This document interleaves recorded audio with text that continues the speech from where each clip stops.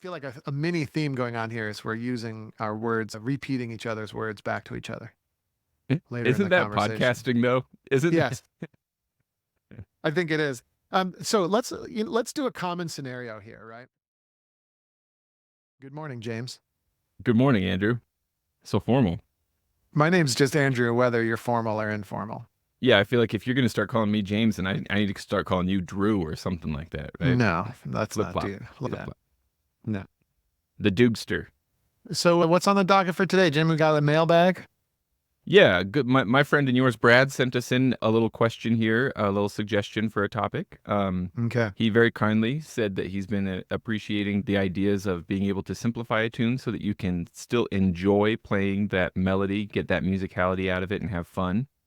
You don't have to have all the embellishments in right from the beginning, but having done that now, he's curious. Now, how do I move forward from there? What Or do you how do mean I get a tune? what do you mean having done that now? That kind of triggers me a little bit.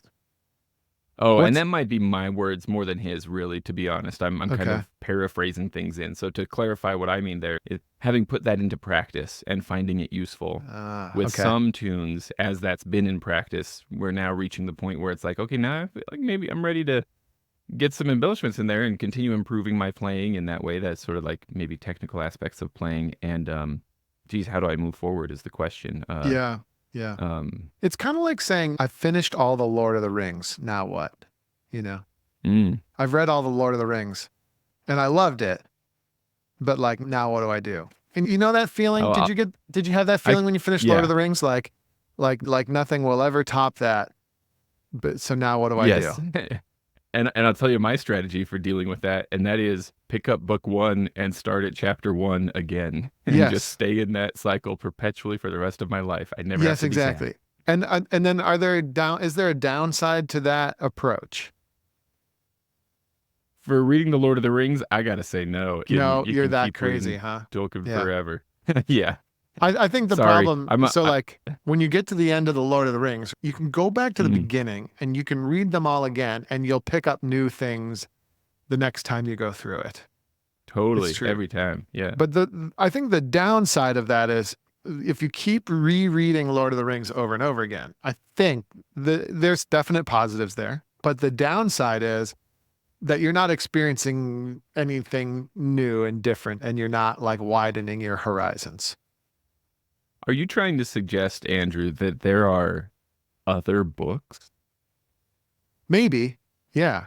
And then just let me run with this. Let me run with this meta. Is this a metaphor or an analogy? Like, what are we doing here? But like, let me run with Whatever it this. is, run. Yeah. Whatever it is. So if you branched out and you read some other stuff for a while, and then later in the future came back to the Lord of the Rings, do you think you would approach it like Mm. differently and would you get more out of it? You probably would, Okay, right? yeah, I'm digging this. You Yeah. see what I'm Hmm. saying? Like, and Yes. I'm not, I would never be so foolish as to suggest any of this other stuff you're reading could possibly be as good as the Lord of the Rings, but it might just be like different, Hmm. Hmm. like, I don't know. I haven't read, I'm not that much of a reader. I shouldn't have gone with this. But yeah, but you can broaden your horizons. You can get more world experience. And then you come back to the Lord of the Rings and you're like, wow, I'm looking at this in a whole different way now. Or if you go to the Lord of the Rings movies, it's like, I've seen a lot of movies since then. And, things have kind of progressed. And now that I come back to this, some of this makes me cringe. Hmm. Just going to Hmm. put it out there. Some of it makes me cringe a little Yeah. bit. But I digress. So when you're working on your tunes, I think it's a really common thing for bagpipers to get to the point where their tunes, where they're kind of like, well, okay, I've got my tunes. Like, where do I go from here? Like, they sound pretty good. Now, like, how do I find the next level with this tune? It kind of sounds like maybe that's what Brad is getting at. Now, you said maybe he's more on the beginner end of things, right?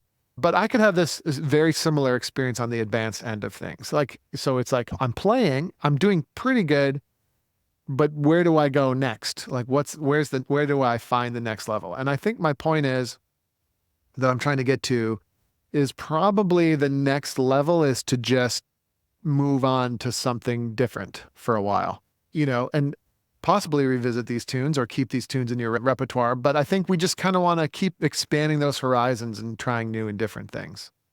That's probably Interesting. where I would search. So, for example, you get to the end of the competition season and I'm like, okay, these are my competition tunes and they're going pretty good. But like, where's the next level for next year? Well, for sure, the next level is going to be with some other tunes, and you're going to go through the process of getting those tunes going again. And this time, the process will be that much more mature from the last time you went through the process. Mm. And even though at first, and maybe for all time, you don't actually love the 2/4 march you're playing next year as much as you did last year, you're still getting better and you're getting that Mm. exposure and you're getting that variance. And a lot of times, tunes that you don't love the first time become your favorite tunes further on down in the future. I mean, a great example for me personally would be the Cameronian Rant.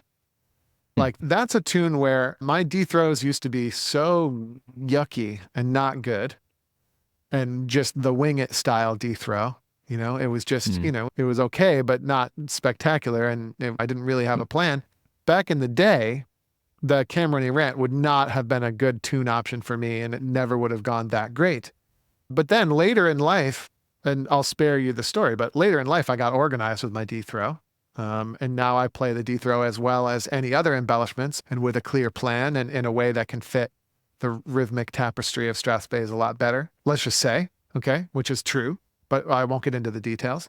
But now Cameronian Rant is like no big deal for me.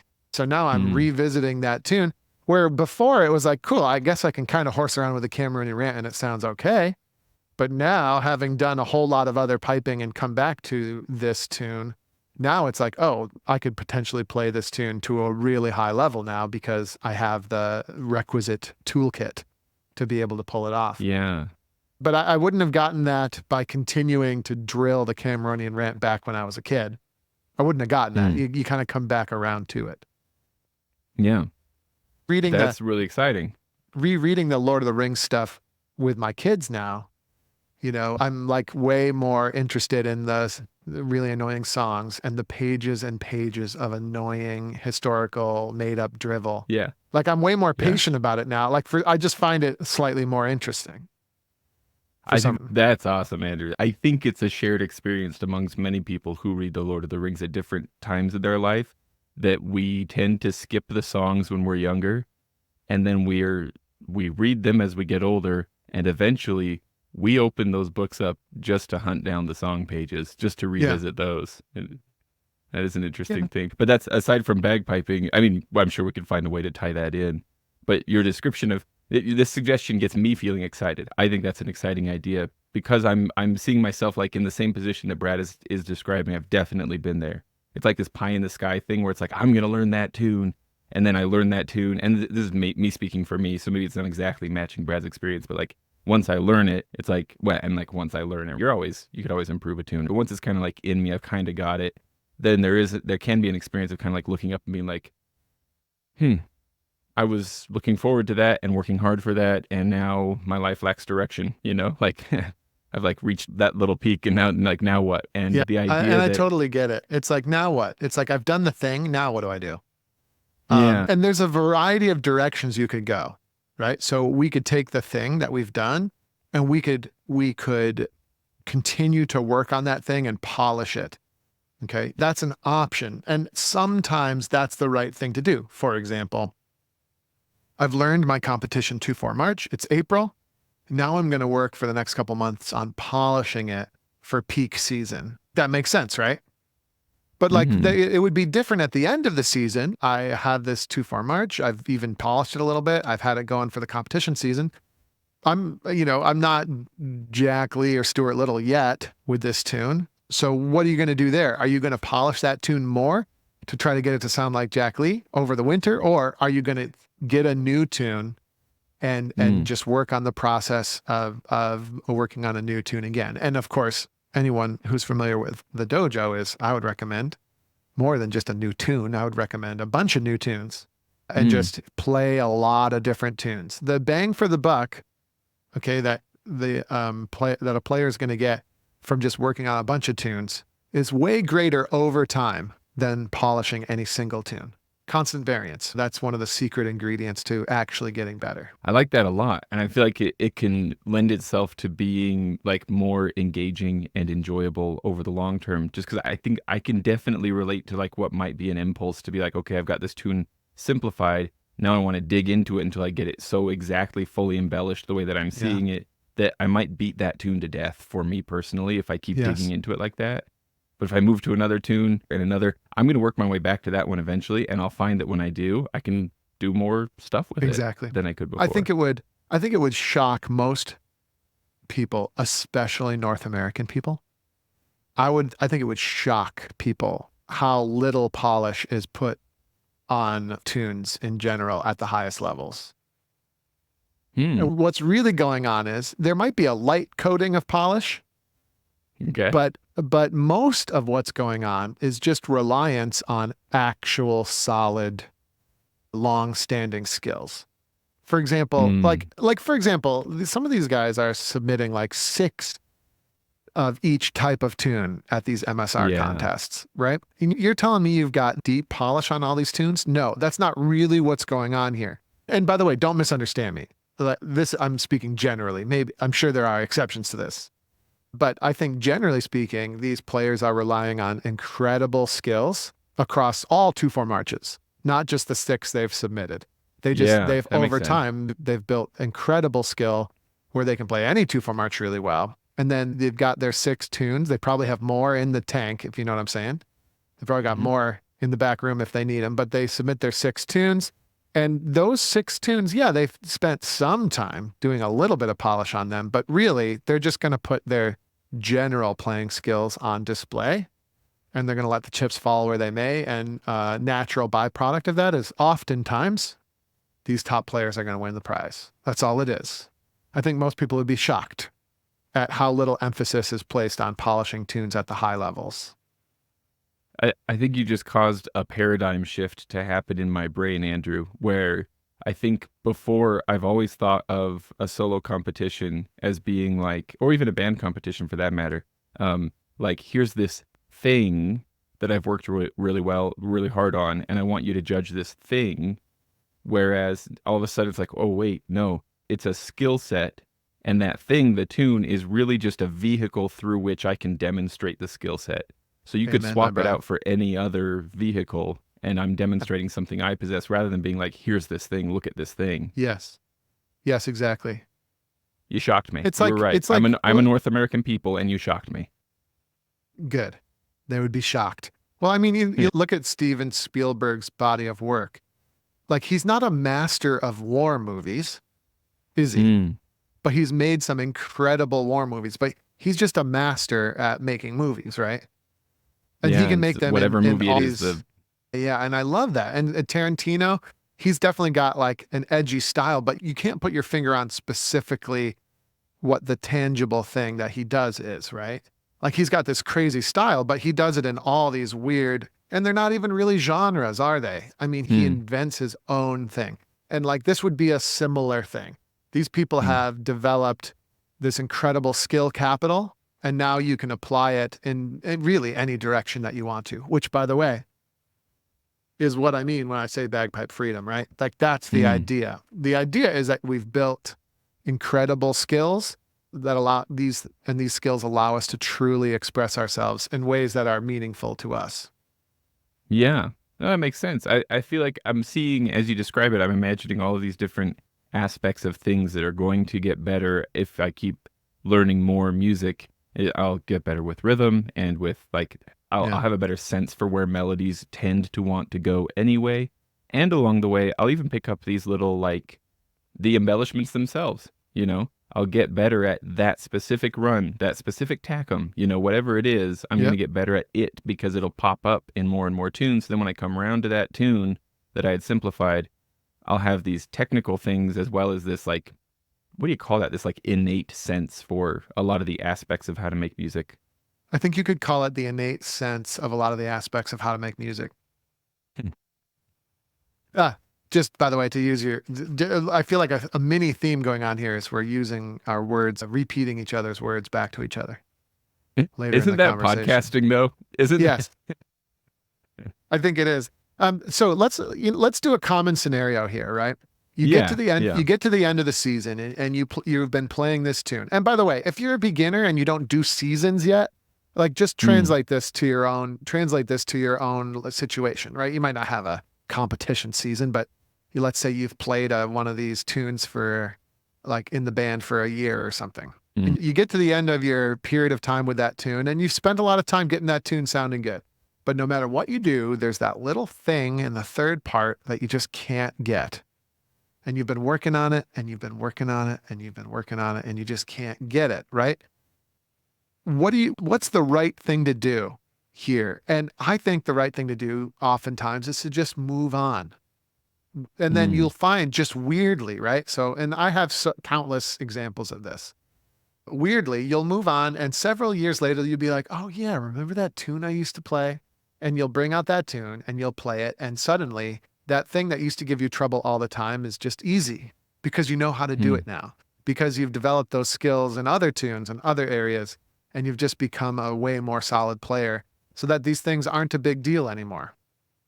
Like that's the sort of thing that we're looking for. So, really what we want to do is just learn more tunes. By the time Mm. by the time you can play 10,000 tunes from memory, which I think most expert players could probably do. Probably. I don't know. I was speculating. We'd have to sit down and try and play 10,000 to find out. But Mm. these pipers out there, I mean, and guys, I mean, people like Jim McGilvery and Jack Lee, and some of these people are like encyclopedias. And Yes. like Yeah. Adrian Melvin is another guy I've, hung out with over the years. He must know way over 10,000. It's Mm. crazy. Like they just know and retain these tunes. It's incredible.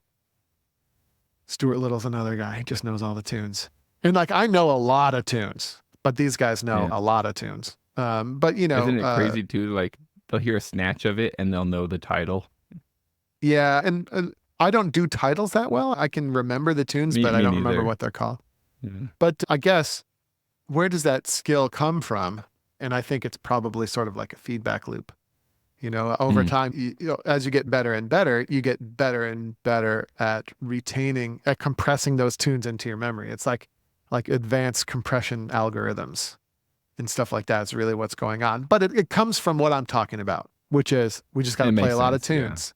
Got to play a lot of tunes. Get done is better than perfect. Mm.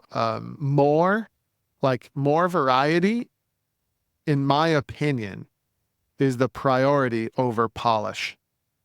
So, Yeah. I would only ever, I mean, let's say it this way. Get the tune polished to 80% polish. Okay. But rarely do you need to go much further than that before, and instead of polishing from a score of 80 to 100, instead of doing that, just get some more tunes up to 80 and do that. And then, there'll be occasional instances where you want to polish a tune beyond 80. For example, this is my competition 2/4 march for this year, and I'm going to go play this in front of judges. So you might want to polish that up to like 90. Okay. So there, don't misunderstand me, but generally speaking, work on a tune, get it going really well, and then do some more tunes, get some more experience, try some new things. Yeah. That makes As sense. opposed to That being makes as sense. opposed to being a specialist. Like, we don't want to be specialists. Okay, we want to be generalists, at least most of the time. It's interesting to me that so many things that come up in finding bagpipe freedom in particular are just like this one, where my instinct about the thing, my assumption about the thing was, oh, I have to do work. Like this is a thing I'm going to have to drill in order to get it into me so that then I can have fun. And then your answer to me via the book or here in the podcast is, no, you don't. You can have fun. You can Yeah, enjoy the process of getting better at playing bagpipes. And it's always a hopeful thing to encounter. yeah, Though I do feel like, I wonder, and tell me if I'm way off base here, Andrew, it might be important to, like I'm closer to I'm more on the beginner end of the spectrum than yourself. And so if you can cast your mind back and remember a time when this might have been the case for you, I can hear really proficient players talk about how They learn tunes really quickly or have a lot of tunes in their head at their disposal, etc., right? And if I'm at a point where I've only learned, say, 4 or 12 tunes, those first 4 to 12 tunes for any piper, for any musician for that matter, probably took a long time and a Yes. lot of conscious effort. And so to Correct. hear somebody talk about having hundreds of tunes, I might be assuming that my experience of how long and how hard it is to get one tune is applicable forever. And so Yes. remembering that there's like is the word exponential improvement in how you get a tune into you and how you retain it, that's important. Like me Yeah. on year 2, it's months to get a tune, but me on year Yeah. 22, it's maybe an afternoon, something like that. Yeah. I doubt that it's exponential. I doubt that Mm. it's an exponential thing. But yes, you will get magnitudes better at learning tunes eventually over time. Yeah. And it definitely, yeah, it might even be logarithmic. I'm not quite sure. I don't remember my Maths. math. I don't remember my maths. But yes, so like you'll get drastically better at it over time. Yep. Mm. At learning tunes. But then also I would say I don't know how much better I foresee myself getting at learning tunes. I mean, yeah, over time we will learn how to pick up on these things and Kind how of the like you learn different. how to learn. Yeah, exactly. And you could think, I mean, this is obvious. This obviously applies to basically anything if you look at skills that you know how to do. I mean, when you learn to ride a bike, at first it's super awkward. And then you pass through a brief period of time where it's only slightly awkward. And then it's easy. And then if you continue to ride your bike on a regular basis, I mean, you don't even think about operating the bike anymore. And the same thing would be true with the different parts of bagpipe speech.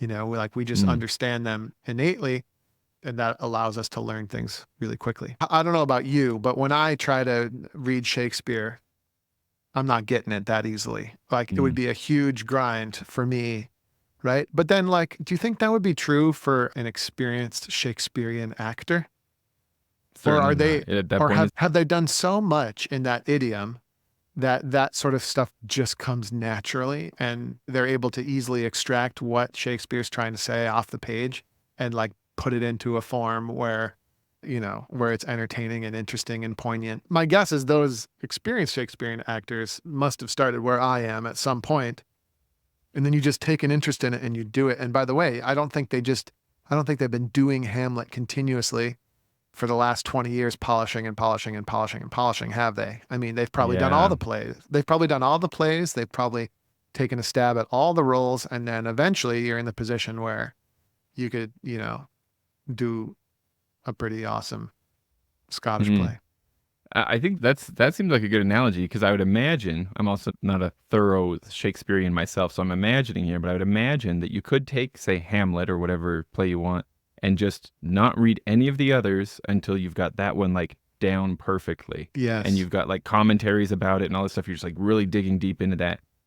I'd get sick of it by doing that, and so I'd You stop get wanting sick to of read it. Shakespeare. I don't think it would be very much fun. I don't think Right. it'd be very interesting. And also, I'm certain an experienced Shakespearean actor, if I told them I've just been working on polishing Hamlet for the past 20 years, I think they'd be like, this guy's crazy and obviously not that bright. But we can get But stuck if with you that as instead pipers, right? Yeah. If you instead hop over to the Taming of the Shrew or Macbeth or whatever the others are, Julius Caesar, you hop to the others, you might find something in Midsummer Night's Yeah. Dream that when you come back to Hamlet, it's like, oh, now I get that. And that's a way more fun way to do it, I'd imagine. Yeah. You also you get the Pibroch lovers, by the way. So Mm. can we talk about Pibroch lovers for a second? Let's talk Uh, about those Pibroch lovers. so what you'll sometimes get is in the scene, what you sometimes met, and I'm talking about the solo scene. Mm. You'll sometimes meet people who can play a pretty darn good Pibroch, right? But they're never, and by never, I don't mean definitely never. I'm just going to say, at least in my mind, I can think to myself, this person is never really going to surpass this quality of play. It's pretty good, but the next level is blocked from them. But why? The reason why is because they have not taken their light music as seriously as they've taken their Pibroch. right? Ooh. Yeah. So, and this is very common, right? You very commonly will hear someone who's playing in grade 2 pibroch, they're above grade level, but in grade 2 light music, they're below grade level. This feels almost like revolutionary, Andrew, because I definitely get the feel that it's like, well, now that I'm playing Pibroch, why would I go back? Yeah. But Right? Like, the things that are holding you back are light music things, and then let me ask you this. Have you ever met or do you know of anyone who's won a gold medal or something or some major pibroch prize who isn't also an excellent light music player? Now, don't misunderstand me. Maybe they're not good enough at light music to win the MSR at the same level, but I've never met a great pibroch player that's not also a great light music player ever. Right? My point being, there's a lot of crossover here. And a lot of times we get stuck in a rut because we're too singularly focused. I mean, that's the moral of today's episode is be experienced, be well-rounded, be generally excellent, and focus on building those general skills. And those things will pay great dividends over time in a variety of different areas like memorization, competitive success, pibroch versus light music success, Shakespearean success. we all want some Shakespearean success. I'm speculating. I don't really know. You want to know a ridiculous story about me, Andrew? Of course you do. Of course you want to know a story about me. All do. We all do. I When think I I was speak on behalf of the kid, audience. I have this like tendency that's in me, and I don't know if it's diagnosable or what, but when I was a kid, it expressed itself like this. On a candy holiday, whether that was like a birthday or the stocking for Christmas or Halloween or whatever, I would organize all of my candy in order of how quickly it is consumable. And so my order was first crunchy candies, okay, second melty candies, then chewy candies, and finally hard candies. Okay. And I had to consume them in that order. So I would consume an entire category before moving on to the next category. My very favorite candies were all chewy and hard. And so I would eat myself sick through the crunchy and the melty candies to where like I puked many times as a child from consuming too much candy so that I could get Many to the times? candies that I really wanted. A few times or many times? A few times, I guess, would be fair, yeah. really. Okay. Puking, but sick many times because this was my method for consuming any candy. Easter comes around. Well, dang it, I have to start with all of this. I got to consume all my chocolate before I can finally have some Skittles, By the way, this is not the worst problem to have. Just throwing it out there. Not the worst problem to have. Fair enough. But it does occur to me that like, I've had the same experience with bagpipe music where it's like, I really want to learn the Coca-Cola Queen. I think that'll be so much fun, but I can't until I've got Minstrel Boy down. So I'm going to just, make myself sick from playing Minstrel Boy so much and not move on to the Coca-Cola Queen, where it's like, what if I just had a little bit of whatever I wanted that day in terms of the candy and, just had a nice time with the candy? Why make myself sick, And so it's like, why did I make myself sick of Minstrel Boy so I could get to Coca-Cola Queen when I could have just set Minstrel Boy aside, played around with Coca-Cola Queen, and then come back to Minstrel Boy? Nobody told me I couldn't do that. I mean, I think I would do what's fun and make sure you mix in a little bit of the suboptimal. You got to have some work in there, right? Well, and then it just mix a little bit of the suboptimal, but it's not suboptimal, but you gotta, what would you call it? Mix a little bit of the delayed gratification in there. So do what's fun, mix it with a little bit of delayed gratification as often as you can kind of stomach it, but not any more than that. As often as you can stomach it. Good choice of words given the analogy I was just presenting. I like it. You know what I mean? Yeah. It's like, for me with the candy, it's like I'm going for my favorite stuff first, but then also, man, I don't want my favorite stuff to disappear too quickly. So let's mix in some of my less favorite stuff, if I need a little top up. Yeah. Yeah. All right, let's leave it there, Jim. Hey everybody, Andrew Douglas here from the Piper's Dojo, and I just want to say thanks so much for listening to today's iteration of the podcast. If you enjoyed what you heard here today, it would be super helpful to us and to a lot of bagpipers out there trying to find us if you could give us a top-notch review on whatever platform you're using to listen to this podcast, particularly Apple, iTunes, and Spotify and things like that. Your review would be really, really helpful. So if you have a moment today, definitely go over there and help us out. Other than that, until we meet again on the podcast or somewhere else, thanks again for listening.